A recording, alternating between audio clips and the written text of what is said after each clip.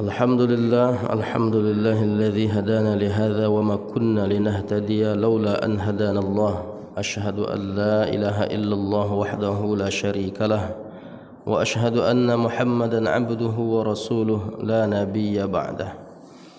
Kaum muslimin muslimat jamaah subuh Masjid Al-Firdaus yang dimuliakan Allah Subhanahu wa taala, mengawali majelis ilmu kita subuh ini bertahmid kita alhamdulillahirabbil alamin, bersolawat kita kepada junjungan alam Nabi besar Muhammad sallallahu alaihi wasallam. Allahumma salli ala sayyidina Muhammad wa ala ali sayyidina Muhammad.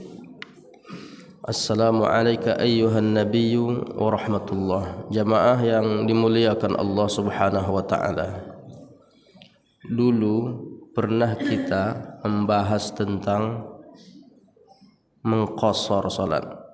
Mengqasar artinya memendekkan salat. Pernah juga kita membahas mengqadha salat, dan itu kita bedakan. Qasar artinya memendekkan, qadha artinya mengganti salat yang tertinggal. Orang yang meninggalkan salat dia wajib mengqadha, baik yang ditinggalkan itu dengan sengaja atau tidak sengaja, baik dia tahu berapa yang ditinggalkan maupun dia tak tahu atau ragu-ragu. Walau syaka, kata Syekh Wahab Az-Zuhaili, walau syaka, walaupun dia ragu berapa yang dia tinggalkan. Nah, kemudian pembahasan tentang qasar. Qasar artinya meringkas salat yang aslinya 4 rakaat kemudian diringkas menjadi 2 rakaat. Mengqasar salat ini sampai disyariatkan secara tegas dalam Al-Quran. Kalau jama', kata jama' dalam hadis Nabi, tapi untuk qasar ada dalam Quran, surah An-Nisa. Falaisa 'alaikum junahun an taqsuru minas shalah wa idza darabtum fil ardi, jika kalian berpergian di muka bumi tidak mengapa kalian meringkas salat. Nah, itu menunjukkan syariat qasar ini ada. Sampai-sampai mazhab Hanafi pun mengatakan mengqasar salat itu hukumnya wajib, karena tegas dalam Quran. Di samping ada dalil faradallahu sholata ala lisani nabiyyikum, Allah memfardukan salat lewat lisan nabi kalian, kata Abdullah bin Abbas radhiyallahu anhuma, alal muqimi arba'an, bagi orang yang salatnya dalam keadaan mukim, tidak kemana-mana, dia masih di tempat tinggalnya, dia salatnya 4 rakaat. Salat yang terbanyak rakaatnya 4, zuhur, asar dan isya. Wa 'alal musafiri raka'ataini, dan bagi orang yang safar maka dia melaksanakan 2 rakaat. Dia melaksanakan 2 rakaat bagi orang musafir.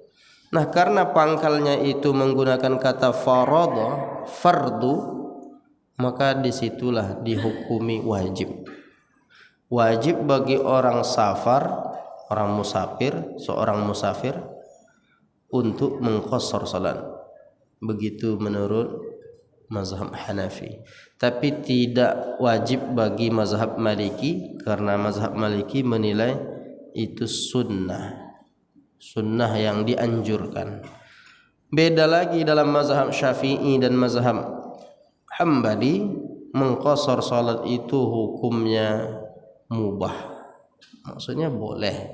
Mau diqasar boleh, mau dilaksanakan tam sempurna maka juga dibenarkan.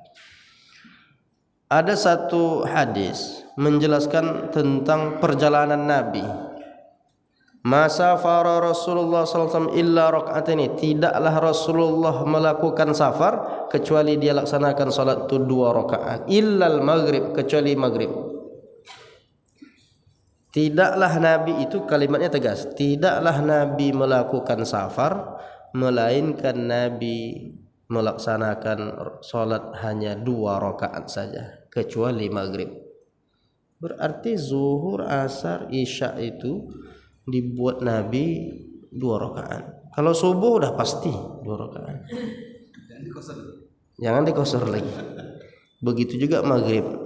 Nah, apa artinya? Kalau begitu Nabi memang tidak pernah sholat sempurna ketika safar, maksudnya tidak dilengkapkan rakaatnya. Nah, itulah yang dipilih oleh mazhab yang menguatkan. Ada yang mengatakan wajib, ada pula yang mengatakan sunnah. Dan bahkan ada lagi hadis riwayat Abdullah bin Umar, sahibtu Rasulullah sallallahu alaihi wasallam, saya menemani Rasulullah fi safarin, dalam perjalanan. La yazidu ala raka'ataini, Nabi tidak menambahkan rakaat salatnya dari 2 rakaat. Begitulah hadis-hadis tentang safar Nabi. Sampai akhirnya Aisyah radhiyallahu anha dalam suatu perjalanan bersama Nabi, qasara wa atmamtu. Aisyah mengatakan Nabi mengqasar salat, aku salat sempurna. Atmamtu artinya aku salat sempurna, tam, salat tam, tamam, sempurna. Tapi Aisyah radhiyallahu anha gelisah, ragu, jangan-jangan perbuatan dia ini keliru. Dia tanya kepada Nabi, ya Rasulullah, qasarta wa atmamtu, engkau mengqasar salat tapi aku salat sempurna seperti biasa, padahal dalam perjalanan. Apakah yang kulakukan ini suatu kekeliruan atau bagaimana? Maka Nabi menjawab waktu itu, ahsanti ya Aisyah, engkau telah berbuat yang baik. Tapi jangan dibalikkan, jangan dilaga. Karena Aisyah salat sempurna dianggap Nabi baik, berarti Nabi yang mengqasar tidak baik. Bukan begitu. Kadang-kadang kan orang suka melaga-laga. Hari ini orang ngaji suka melaga antara Nabi dengan sahabat. Kalian ikut sahabat, itu ikut Nabi katanya. Seakan-akan sahabat Nabi ini bertentangan. Sama tentang azan 2 kali, itu kan ditentang tuh perbuatan itu. Azan 2 kali, Nabi sekali azannya. Salat Jumat, Utsman bin Affan 2 kali. Kalian mau ikut Utsman atau ikut Nabi? Seakan-akan perbuatan Utsman itu hina sehingga dilaga-laga seperti itu. Itu perlu didudukkan, bukan masalah ini benar dan salah, tapi ini ada sebab-sebabnya, harus dikaji secara komprehensif, secara mendalam agar tidak mudah menyalahkan. Kalau begitu sama nanti akan dilaga lagi antara Umar dengan Nabi. Ikut Umar atau ikut Nabi? Kalau Nabi kan salat tarawihnya cuma 3 hari, Umar sampai 30 hari. Nanti orang akan beralasan, kita ikut Nabi aja lah 3 hari aja lah tarawihnya. Makanya banyak di masjid-masjid sebahagian itu 3 hari pertama tu ramai membeludak sampai keluar. Hari keempat berikutnya itu tak datang lagi. Kenapa? Ikut sunnah Nabi gitu. Yang datang-datang tu berarti ikut sunnah Umar bin Khattab gitu. Dilaganya antara Nabi dengan sahabat. Mestinya tidak begitu. Apalagi dilaganya tentang qasar ini Aisyah dengan Nabi. Karena Nabi memuji Aisyah, salat sempurna, engkau sudah berbuat yang baik. Berarti Nabi mengqasar tak baik. Itu kekeliruan. Padahal itu menunjukkan pilihan. Boleh, berarti boleh salat sempurna, boleh salat qasar. Kadang-kadang kita seperti itu juga. Mungkin kita suatu ketika kita bisa mengqasar, satu saat kita salat sempurna juga. Kadang-kadang singgah di satu masjid pas waktunya, salat zuhur 4 rakaat. Nanti berjalan lagi, kalau ada lagi masjid pas waktu asar, salat pula asar sebagaimana biasanya. Tapi ada kalanya pas masuk zuhur, karena kita perjalanan, ya adalah kita buat 2 rakaat sekaligus juga 2 rakaat asar. nanti masuk waktu asar tak perlu lagi sholat. Kedua-dua cara seperti itu dibenarkan dalam agama. Nah, adapun jamak secara khusus itu tidak sama persis dengan qashar. Kalau qashar itu aslinya bisa saja dipisahkan setiap sholat 2 rakaat. Masuk waktu zuhur, sholat zuhur 2 rakaat. Jalan lagi, masuk waktu asar, sholat asar 2 rakaat. Itu namanya qashar saja. Tapi biasa yang dipakai itu bukan hanya sekedar qashar, tapi jamak qashar. 2 zuhur langsung 2 asar, atau di waktu asar.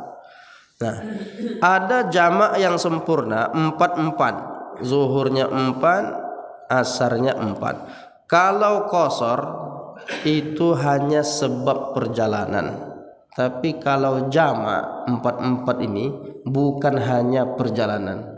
Salah satunya perjalanan, tapi bukan hanya perjalanan. Nah, bisa dilaksanakan jamak ini di waktu yang pertama, bisa juga di waktu yang kedua. Zuhur asar, waktu pertama zuhur, waktu kedua asar. Maka kalau disebut dia digabung di waktu pertama, zuhur asar dibuat di waktu zuhur, disebut dengan jamak taqdim. Kalau dilaksanakan dia di waktu asar, jamak takhir. Dan yang bisa dijamak ini hanya 2 jenis salat itu saja. Zuhur asar bisa dibuat di waktu zuhur atau asar. Satu lagi maghrib isya bisa dilaksanakan di waktu maghrib atau di waktu isya. Adapun asar dengan maghrib tak bisa dijamak. Atau isya dengan subuh tak juga boleh dijamak. Atau subuh dengan zuhur tak bisa dijamak. Yang bisa dijamak itu hanya zuhur asar, maghrib isya. Bisa di waktu pertamanya, bisa di waktu keduanya. Nah, ada beberapa sebab yang membolehkan orang menjamak salat. Satu, safar. Dan safar itu dipastikan orang safar itu harus berniat, baru dia bisa mengambil jamak itu. Memang berencana dia mau safar tuh. Tak bisa dia kebetulan tiba-tiba dah sampai 89 kilo. Dah lewat itu. Jadi harus ada tekad, azam, rencana, itu niat. Yang kedua, harus memenuhi jarak 4 burun. La taqsuru fi adna min 4 burun, kata Nabi. Janganlah melakukan jamak atau qashar kurang dari 4 burut. 4 burut 88,704 kilo digenapkan menjadi 89 kilo. Itu syarat jika mau mengambil jamak atau qashar ini, dipastikan memang perjalanan itu akan menempuh 89 atau sudah menempuh 89. Yang ketiga, safar yang dilakukan itu bukan safar maksiat. Dipastikan safar itu bukan safar maksiat. Apa contohnya safar maksiat? Dia pergi keluar kota itu, tujuannya untuk ngurus judi online umpamanya. Atau ngurus-ngurus yang pokoknya yang berbau maksiat. Itu safarnya tidak dibenarkan untuk mengambil jamak. Tapi biasanya orang kalau safar maksiat ini memang tak sholat ya. Tapi ada juga mungkin saya ini ahli sholat, cuma yang maksiat ini belum bisa saya tinggalkan. Maka kalau dia sampai suatu saat dia mau ngambil jamak dan dia tahu pasti bahwa dia tujuannya itu untuk melakukan maksiat, maka safar perjalanannya tak bisa dilakukan dengan jamak, tak berlaku. Karena itu syarat menjamak itu dipastikan memang dia bukan tujuan untuk maksiat. Kemarin ada yang nanya, jemaah, kita tak ada rencana untuk tujuan maksiat Ustaz.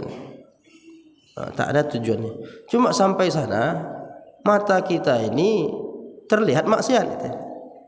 Berarti itu bukan tujuan utama. Jadi kalau begitu kadang melihat keadaan kemana dia, ke tempat rekreasi, mata tak bisa dihindarkan. Nah, kalau tujuannya bukan tujuan maksiat, maka solat jamak tetap berlaku. Tapi kalau tujuannya untuk maksiat, maka tidak berlaku jamak baginya. Nah, untuk poin kedua, apa yang membolehkan orang untuk menjamak? Yang satu safar, yang kedua sakin. Sakin itu bisa dilakukan jamak bagi orang yang sakit. Tetapi tentulah sakit yang dimaksud ini bukan sekedar sakit biasa kayak flu biasa, jamak itu tak berlaku dia. Sakit batuk-batuk sikit jamak itu. Tapi maksudnya sakit yang sangat memberatkan dia untuk melaksanakan solat di waktunya, apakah karena dia sudah tak bisa berdiri, tidak bisa duduk lagi, terbaring, kemudian banyaklah yang menyebabkan dia sulit. Kalau di rumah sakit dia mungkin pakai infus segala macamnya, maka bisa diingatkan oleh anak keluarganya, bapak nanti solatnya dijamak saja. Karena sekarang masih repot ini, zuhurnya nanti di waktu asar aja solatnya. Atau nanti yang agak sulit asarnya, ya udah solat di awal waktu, di waktu zuhur aja. Dilaksanakan zuhurnya 4 rakaat, kemudian dilaksanakan lanjutannya 4 rakaat asar.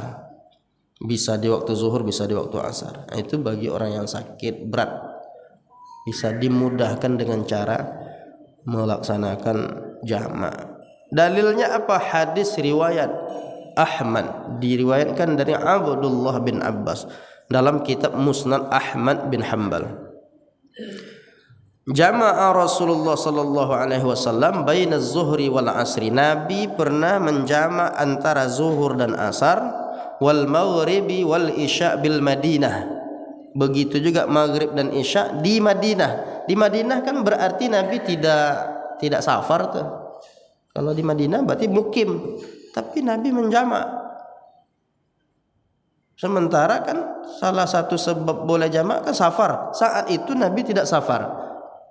Bahkan disebutkan fi ghairi khaufin wala matarin, tidak dalam keadaan kesulitan seperti perang, rasa huru-hara segala macam. Wala matar, tidak juga dalam keadaan hujan yang ekstrim yang menyebabkan sulit untuk salat. Tetapi Nabi menjamak. Nah, ulama mengatakan ini dalil bahwa kemungkinannya waktu itu sakit, sehingga sakit itu membolehkan orang untuk menjamak. Itu kan analisa para ulama dan ijtihad para ulama, sakit itu membolehkan orang jamak walaupun ada perbedaan pendapat. Bahkan di kalangan mazhab Syafi'i sendiri ada perbedaan pendapat. Kalau dalam kitab Fathul Mu'in boleh katanya. Syekh Zainuddin Al-Malibari mengatakan boleh menjamak, orang sakit bisa menjamak salat. Tapi ada sebahagian ulama Syafi'i lagi, jadi ada perbedaan memang. Jadi kalau nanti ada mengatakan tak boleh jamak, itu boleh jadi mengikut membaca buku-buku bermazhab Syafi'i juga. Jadi masalah dalam mazhab Syafi'i itu jangan pula kita kira tak ada perbedaan sama sekali. Sedangkan kaifiyat tentang duduk, apakah orang yang duduk tahiyat akhir, imam yang salat, imam yang sudah sampai akan salam duduk tahiyat akhir, kemudian makmum yang masbuk, apakah dia duduk dengan cara imam tawarruk atau iftirash? Ternyata itu tidak disepakati ulama Syafi'i, mazhab Syafi'i. Kalau Imam Syafi'i mengatakan duduknya masih duduk iftirash, kalau Imam Syafi'i. Tapi sebahagian imam mazhab Syafi'i juga duduknya tawarruk. Sedangkan dalam satu mazhab saja terjadi perbedaan pendapat, apalagi sudah menyeberang ke mazhab-mazhab yang lain. Tapi bisa juga satu dua mazhab itu bisa sama juga. Jadi tentang masalah mazhab ini kan ijtihad ulama tentang boleh atau tidaknya. Termasuklah tadi tentang masalah sakit. Apakah orang sakit itu boleh menjamak? Sebahagian ulama mengatakan boleh. Atau ada juga yang mengatakan tidak. Yang ketiga, apa yang menyebabkan orang atau yang membolehkan orang jamak? Pertama safar tadi, yang kedua sakit, yang ketiga kejadian yang jarang terjadi tapi itu sangat berat. Kejadian yang jarang terjadi tapi berat itu gimana contohnya? Terjadi kebakaran. Kebakaran di waktu maghrib, waktu singkat. Dia harus menyelamatkan anak, istrinya, keluarganya, mungkin barang-barang hartanya. Karena menjaga nyawa ini lebih utama, menyelamatkan orang. Nah, waktunya sempit itu. Gimana caranya? Dia bisa berniat di hati, karena tak bisa sekarang, nanti saya jamak aja di waktu isya. Maka dia boleh tidak sholat saat itu, karena tidak memungkinkan juga. Itu kejadian yang sangat berat. Terjebak dalam kondisi yang tak ada alternatif lain. Kalau dia paksakan bisa nyawa orang melayang. Atau misalnya banjir besar. Itu jangankan mau sholat tuh, mau sujud di mana? Di air itu payahnya keadaan. Maka itu yang menyebabkan orang harus menghindar. Gimana solusinya?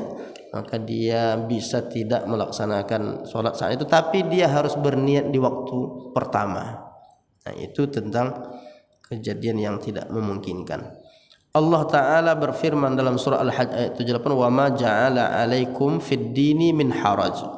Allah tidak menjadikan agama ini sesuatu yang menyulitkan.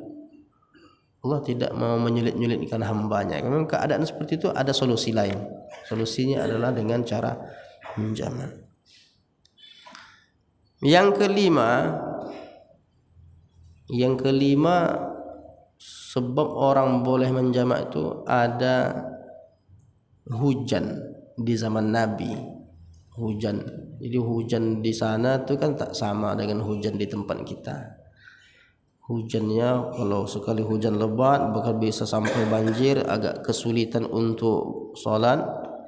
Nah, lagipun dulu tu apakah ada payung atau tidak, wallahu a'lam. Kalau sekarang hujan payung ada, mobil ada, berangkat ke masjid masih bisa. Sehingga ini tidak mesti begitu lagi, tidak sama seperti kondisi zaman dulu. Nah, jadi memang ada hadis yang menjelaskan inna minas sunnati idza kana yaumun mutirin ay yajma'a bainal maghrib wal isya. Dulu di zaman Nabi kalau terjadi hujan antara maghrib di waktu maghrib, hujan lebat yang menyulitkan untuk salat, maka Nabi menjamak antara maghrib dan isya. Nah, itu sebab yang kelima. Nah, kemudian yang perlu diperhatikan terkait jamak takdim ini ada syarat-syaratnya. Jamak takdim niat sejak waktu yang pertama. Jadi melaksanakan sholat zuhur dan asar itu diniatkan sejak waktu yang pertama, di waktu zuhur. Tidak boleh orang jamak takdim ini dia tak ingat, dia tak berniat untuk jamak. Dia sholat zuhur biasa. Sampai salam baru dia sadar kalau dia umpamanya musafir. Musafir saya ini. Karena saya musafir, udahlah saya langsung aja jamak. Berarti dia tidak niat sejak waktu pertama, maka tak berlaku dia. Mesti kalau mau menjamak di waktu yang pertama dia dah niat. Ya Allah, saya mau menjamak solat ini, zuhur dengan asar. Andai begitu dia sudah dianggap niat itu, karena dia sadar dia akan menjamak. Tidak boleh kebetulan setelah selesai solat zuhur baru dia sadar, saya kan musafir ini, bisa dijamak nih, langsung dijamaknya. Berarti dia sudah tidak berniat di waktu yang pertama. Jadi syarat untuk jamak takdim itu berniat sejak waktu yang pertama. Yang kedua, berurutan. Harus salat zuhur dulu, baru salat asar. Tidak boleh orang menjamak takdim, salat asar dulu baru salat zuhur, atau dia salat isya dulu baru salat maghrib. Padahal di waktu maghrib harus di waktu yang pertama. Nah, itu yang disebut berurutan. Yang kedua, muwalat. Yang ketiga muwalat. Muwalat itu artinya tidak boleh dipisahkan dengan aktivitas lain. Salat zuhur habis itu cuma iqamah aja yang memisahkannya. Setelah zuhur iqamah langsung asar. Tidak boleh diganti iqamah ini dengan nelpon. Salat zuhur nelpon dulu, begini. 1 jam pula nelponnya kan. Itu bisa memutuskan jamak tadi. Jadi dia habis sholat zuhur iqamah langsung sholat asar. Begitu juga maghrib tadi langsung sholat isya. Mualat namanya. Dan yang keempat, kalau sebabnya itu safar, mesti safarnya masih berlangsung. Kalau safarnya sudah tidak berlangsung, apa contohnya? Kan banyak juga orang dia pulang dari mana tuh, Jakarta tuh, sampai dia di rumah baru di jamaknya. Sampai di rumah di jamak tak lagi safar namanya. Tapi kalau masih berproses, masih berlangsung, dia masih bisa jamak. Orang dah sampai rumah, dah mukim, meletakkan bawaannya di rumah itu dah dianggap sudah mukim, sehingga safar tidak dianggap lagi berlangsung. Nah, itu syarat jamak takdim. Adapun syarat jamak takhir, yang pertama berniat di waktu yang pertama. Itu yang kita singgung tadi. Orang yang berencana akan melaksanakan jamak takhir, berjalan dia musafir umpamanya, masuk waktu zuhur, dia harus berniat di waktu zuhur itu. Ya Allah, karena saya safar, rencana saya ini sholat zuhur ini nanti saya laksanakan di waktu asar aja lah ya Allah. Maka kalau dia laksanakan di waktu asar, dia melakukan jamak takhir, dan syaratnya harus di dalam waktu zuhur dia niatnya. Tidak boleh dia berniat sebelum masuk waktu zuhur. Boleh aja kalau dia cuma tidak berlaku. Jam 12 kan belum masuk zuhur. Ya Allah, karena ini saya musafir, nanti saya mau jamakkan di waktu asar. Habis itu tidur dia sampai dia jam 4 di suatu tempat. Jamak dia tak berlaku. Kenapa? Karena di waktu zuhur dia tidak sempat berniat. Karena dia berniatnya di luar waktu zuhur. Harus di dalam waktu zuhur itu dia berniatnya, memasangkan niat untuk melaksanakan salat zuhur itu di waktu asar. Nah, itu syarat jamak takhir. Yang kedua, jamak takhir kalau dia dikaitkan dengan safar, safarnya juga harus masih berlangsung. Sama tadi, safarnya harus masih berlangsung. Kalau sudah tidak berlangsung lagi, maksudnya kalau sudah sampai di tempat tentu tidak bisa. Itu syarat-syarat baik jamak takdim maupun jamak takhir. Bolehkah isya dulu baru maghrib? Kalau jamak takhir boleh, tapi kalau jamak takdim tak boleh. Masuk waktu maghrib, saya mau jamak maghrib dengan isya, buat isya dulu, tak boleh. Harus maghrib dulu karena jamak takdim. Tapi kalau di waktu isya dia laksanakan isya dulu, boleh. Apalagi kalau dia ikut jamaah tempatan. Enggak mungkin dia kalau ikut jamaah tempatan itu dia salat maghrib dulu. Dia mau jamaah nih, sampai di satu tempat orang sedang iqamah salat isya, dia ikut salat isya dulu, boleh. Salat isya 4 rakaat, habis itu nanti dia salat maghrib 3 rakaat. Tapi kalau sesama musafir, isya orang dah bubar, dah selesai sholat jamaah di masjid itu, dia baru masuk rombongan agak 4-5 orang umpamanya, sesama musafir, maka dianjurkan dia lebih mendahulukan maghrib dulu baru sholat isya. Jadi kalau dia di waktu terakhir, di jamak terakhir, boleh dia sholat yang bersangkutan dulu baru sholat yang sudah dilewati, tetapi yang afdal tetap sholat yang utama dulu. Tapi kalau dia umpamanya di waktu asar, dia jumpa masjid di waktu asar, dia mau jamak. Di masjid itu orang sholat asar, imamnya niat asar 4 rakaat umpamanya, kemudian makmumnya juga asar, dia bisa berniat zuhur karena sama-sama rakaatnya. Kata imam, usolli fardul asri 4 rakaatin adaan imaman.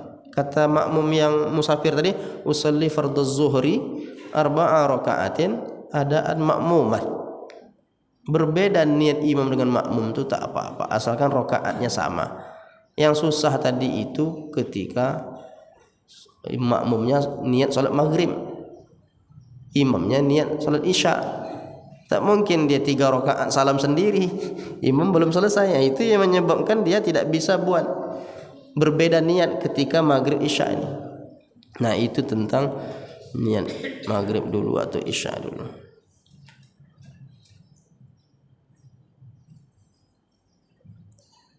Mungkin setelah ini kita bisa berdiskusi baik terkait tentang ini atau hal-hal lain yang dianggap perlu kita diskusikan dalam tanya jawab seperti biasa.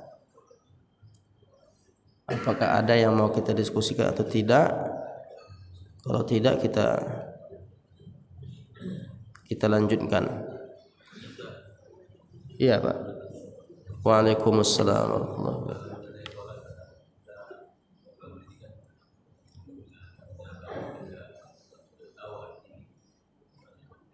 Ya.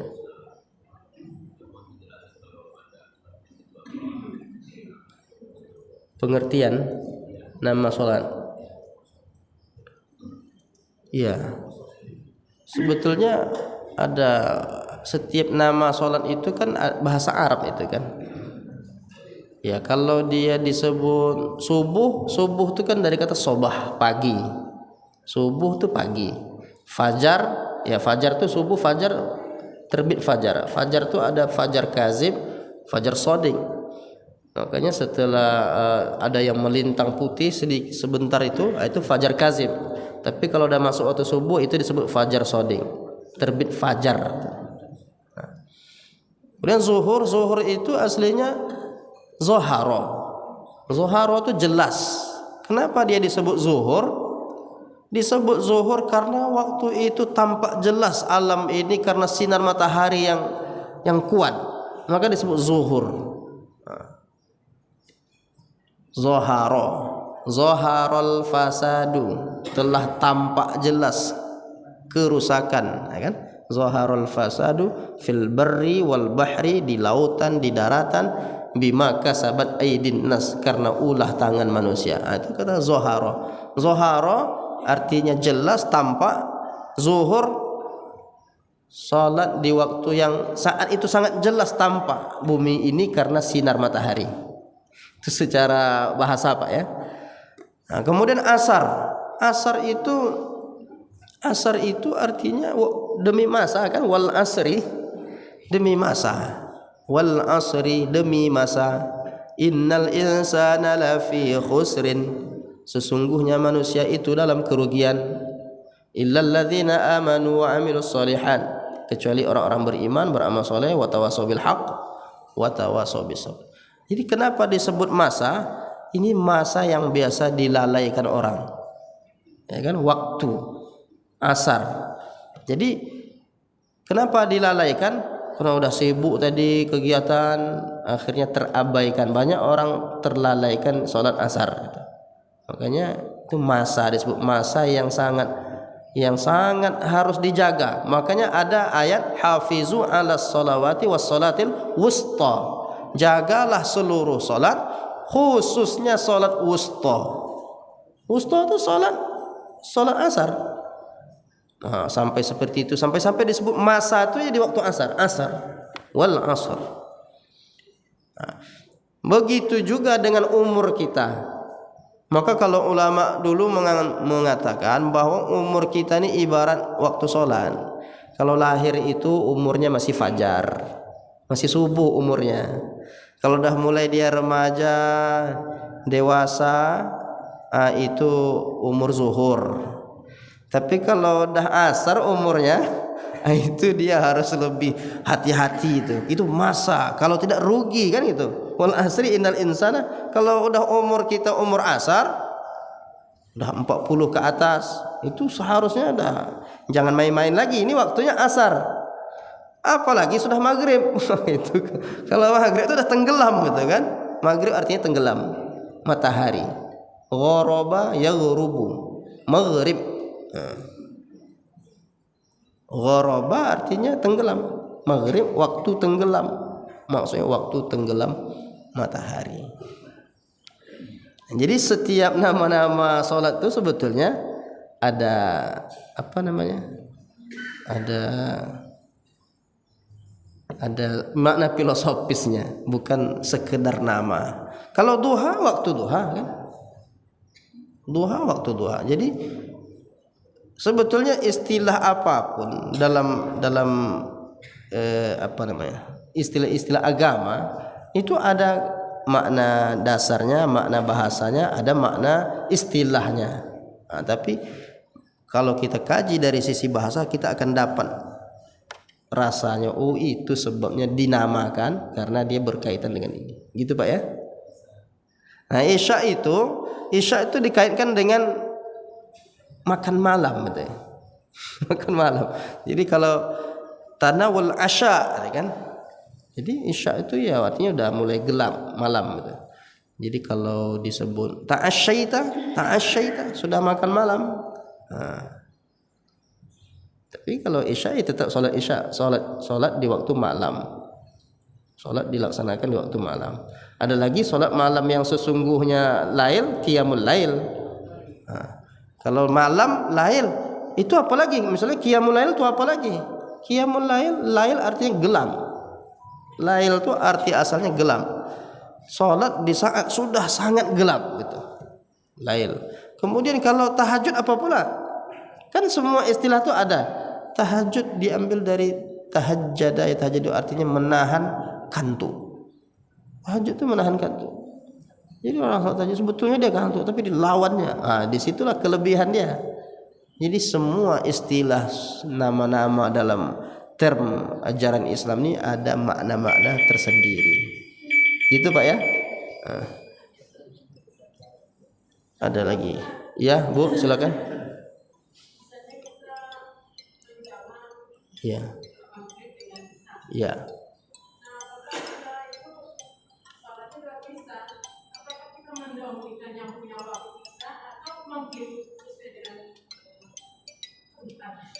Nah itu tadi, apakah kita mendahulukan waktu Isya atau kita melaksanakan salat maghrib dulu? Karena kita melaksanakannya di waktu Isya. Yang utama kalau kita sendiri atau sesama musafir, maka kita dulukan maghrib. Waktu yang sudah dilewati itu dulu. Maghrib udah lewat, maghrib dulu. Tapi kalau ibu salat berjamaah dengan masyarakat tempatan di salah satu masjid gitu, masuk pas waktu Isya itu ibu berhenti singgah di masjid, mau menjamak salat, nggak bisa kita salat maghrib niatnya maghrib 3 rakaat kita selesai karena imam masih naik rakaat keempat, maka kita buat Isya dulu sama seperti jamaah tempatan itu, setelah itu baru maghrib. Kalau begitu kasusnya. Tapi kalau kita sendiri atau sesama musafir atau orang sudah selesai sholat Isya itu, kita buat rombongan baru begitu, maka kita dulukan maghribnya.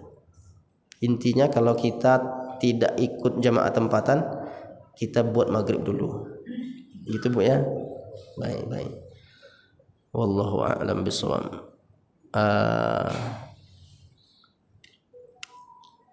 Ada lagi Pak? Ya Pak. Assalamualaikum warahmatullahi wabarakatuh.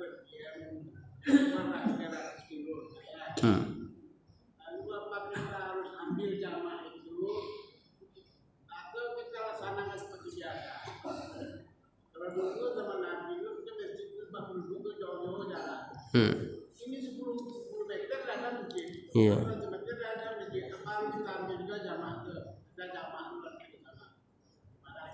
Ya. Masalah mengambil jama atau qashar ini bukan karena sulitnya cari masjid, bukan karena sulitnya perjalanan, bukan karena jalannya mendaki berat, tetapi ini hadiah dari Allah. Bukan karena sebab perjalanannya, tapi karena memang ada istilah dalam agama as-safaru azab. Perjalanan itu adalah siksa. Perjalanan itu siksa. Terus karena dia ada resiko-resiko yang ditimbulkan dari sebuah perjalanan, Allah beri keringanan hadiah, sedekah. Itulah yang ditanya oleh Umar. Pertanyaan Bapak ini sebetulnya sama dengan pertanyaan Umar dulu, tapi agak beda sedikit redaksinya. Apa kata Umar kepada Nabi? Ya Rasulullah, kita tidak sulit, kita tidak sedang berperang, aman perjalanan, letih betul tidak juga, masih bisa kita sholat normal seperti biasa. Mengapa kita jamak, kita kosorkan ya Rasulullah? Jawab Nabi apa Pak waktu itu?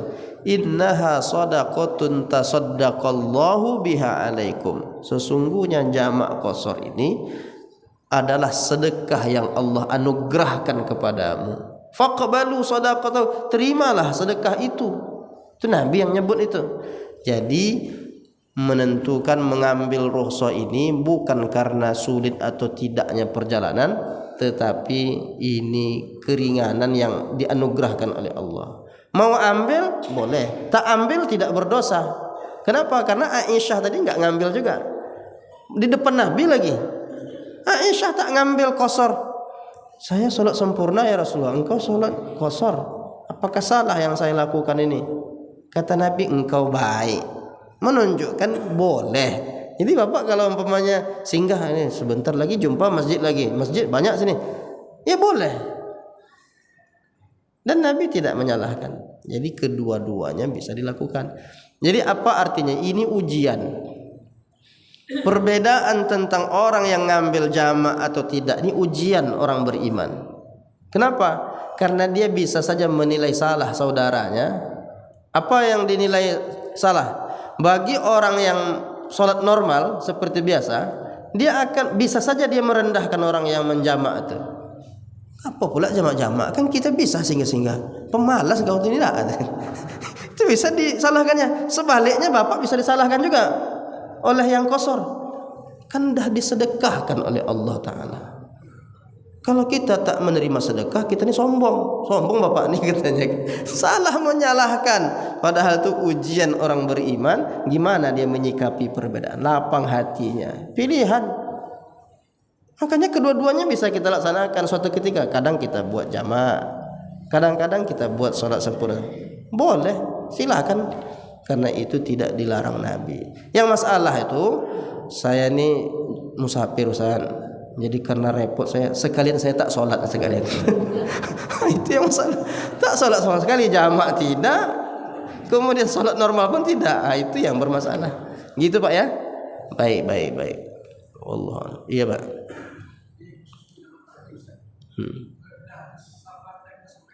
Ya. Itu tadi di antara syarat jamak ini masih berlangsung safar. Masih berlangsung. Kalau dah sampai ke rumah, dia tidak safar lagi. Mukim namanya. Dia tak musafir lagi. Mukim sudah bermukim, sudah balik ke rumah, dah sampai ke rumahnya. Tapi selagi dia masih di perjalanan tadi, walaupun udah masuk Pekanbaru, kalau belum sampai ke rumahnya dia masih musafir tuh. Kapan orang dianggap tidak musafir lagi? Diletakkannya tas bawaannya. Letakkannya. Atau menginjakkan kaki lah di depan rumahnya atau masuk ke rumahnya, itu dianggap musafir. Sudah tidak lagi musafir atau disebut mukim. Jadi gimana Ustaz? Waktu maghrib tuh saya susah nampaknya mau berhenti gimana. Jadi nanti saya sekalian aja lah di waktu isya nanti di rumah. Tak bisa. Terus gimana caranya? Kalau akhirnya terjadi, berarti dia mengqadha salat, mengganti salat. Tapi dia dihitung meninggalkan salat tadinya. Karena dia dihitung meninggalkan salat, tetap dicatat sebagai dosa. Tapi kalau dia tadi dilaksanakan, dia tak salat maghrib, tapi dilaksanakan isya itu di masjid tak jauh dari rumahnya, belum sampai di rumah dia tak dihitung berdosa karena dia sebagai musafir. Kalau di rumah dia buat, terhitung sebagai dosa, dan tetap salat yang ditinggalkan tadi tetap wajib diqadha, diganti. Jadi begitu Pak ya. Mudah-mudahan iya Pak.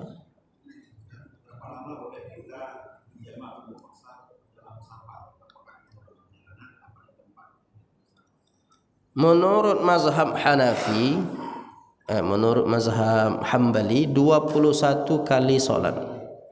Sampai kita di satu tempat. Nah, sejak sampai di situ kita tak kemana-mana. Ada jatah untuk menjamak dan qasar itu 21 kali solat. Menurut mazhab Hambali. Adapun menurut mazhab Syafi'i tidak ditentukan berapa solatnya, tapi ditentukan hari. 4 hari. 4 hari itu 20 solat tuh berarti kan. Jadi bedanya satu aja tuh. Nah, Maliki 4 hari juga. Dan yang paling banyak dalam masalah pilihan mazhab ini mazhab Hanafi. Mazhab Hanafi itu 15 hari. Nampaknya banyak jemaah cenderung ke Hanafi nampak. 15 hari Pak mazhab Hanafi. Nah, tapi kita karena kita biasa guru-guru kita bermazhab Syafi'i 4 hari itulah. Masuk hari kelima salat normal seperti biasa. Nah, seperti itu dijelaskan dalam banyak kitab. Dalam kitab Al-Mughni, dalam kitab Al-Insaf, dalam kitab itu yang mazhab Hambali. Mazhab Syafi'i banyak juga penjelasannya. Kitab Al-Jilid 1 halaman 215 ada penjelasannya 4 hari itu. Itu Pak ya. Wallahu a'lam bishawab. Ada lagi Pak? Waalaikumsalam warahmatullahi.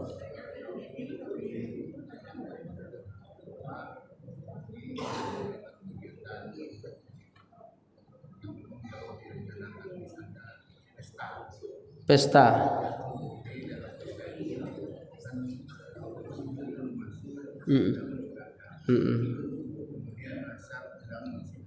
Ya.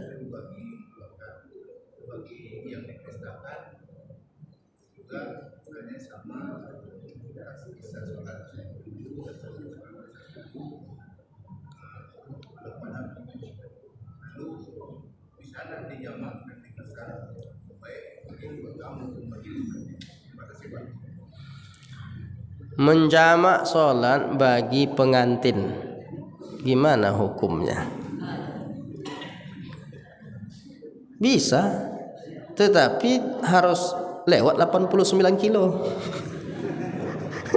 Bisa. Ini musafir dia kan. Jadi kalau mau pengantin itu menjamak sholat, ya udah jangan nikah dekat kampung. Keluar kampung dapat tuh jamaah tuh. Nah, jadi itu solusi kan. Tapi kalau tidak masih di kampungnya melakukan pernikahan itu, ini tidak ada kebolehan di sana. Yang menyebabkan jamak tadi apa? Iya kan? Safar, sakit. Dia enggak sakit kecuali pengantinnya sakit. Itu bisa juga. Jadi ada sebab-sebab. Nah, kegiatan itu masuknya kemana gitu? Iya, maksudnya di dalam yang saya sampaikan tadi kan, sakit, kemudian apa lagi tadi? Kemudian safar, kemudian kejadian berat seperti kebakaran gitu kan. Kemudian bencana gitu. Ini bukan bencana, ini kebahagiaan masalahnya. Kebahagiaan kok malah meninggalkan perintah Allah gitu kan. Nah, itu masalahnya. Seharusnya masalah pernikahan itu kita yang ngaturnya. Jadwalnya kita yang ngatur. Buat undangan itu ba'da zuhur. Kenapa orang tuh di undangannya jam 11? Walaupun orang datangnya ba'da zuhur juga. Cuma kita mau cepat-cepat orang datang jam 11 kan. Masalah make up segala macam kan itu yang dikhawatirkan ibu-ibu tuh. Make up lah. Jam 11 make upnya Ustaz. Wuduk dulu. Masuk salat zuhur. Iya kan, masuk waktu zuhur, salat zuhur. Waktu asar iyalah nanti selesainya jam 3 atau jam 4. Bisa salat asar habis itu. Jadi kita yang mensiasati supaya tetap bisa beribadah. Jangan gara-gara raja sehari ini masalah di akhirat. Amal pertama yang dihisab di akhirat adalah salat. Kenapa tak solat? Jadi pengantin ya Allah. Apa tak malu kita di hadapan Allah? Ada situ dulu tuh, singgah dulu ke neraka sakor. Bahaya itu. Malah mengapa engkau masuk ke dalam neraka saqar. Masalakakum fi saqar? Lam naku minal musallin. Aku tidak salat ya Allah. Karena dia kalau jamak itu tak terhitung sebagai yang dibenarkan. Karena tidak ada ketentuan dibolehkannya. Kalau ada pun pendapat, ada memang pendapat sebahagian tokoh-tokoh, mohon maaf cakapnya, saya juga ngajar di UIN kan. Ada satu tokoh itu, dosen-dosen kita itu, boleh katanya. Tapi mana referensinya? Katanya itu kan jarang-jarang terjadi segala macam. Iya, harus kuat referensinya. Nah, itu termasuk pendapat nyeleneh kalau bahasa apanya? Bahasa agamanya, pendapat yang syaz. Pendapat syaz itu tak bisa diikut. Kalau diikut rusak nanti orang banyak. Nanti orang memudah-mudahkan hal-hal seperti itu. Jadi gitu Pak. Termasuklah yang apa tadi? Bukan hanya pengantin tadi pertanyaannya, termasuk panitia-panitia. Lucunya panitia pun ikut jamaah juga dia. Tapi kalau panitianya orang luar kota datang, bisa dia karena safarnya, bukan karena acaranya itu. Karena safarnya jatah 4 hari. Jadi kalau mau datang dia kira-kira di dalam 4 hari itulah. Kalau dia datang 7 hari sebelum acara, tak bisa lagi dia. Nah, jadi disiasati begitu Pak ya. Allahu a'lam bishawab. Mudah-mudahan bermanfaat kajian kita. Insyaallah kita jumpa di lain kesempatan. Terima kasih atas perhatiannya. Aqulu lakum alhamdulillahirabbil alamin. Wassalamualaikum warahmatullahi wabarakatuh.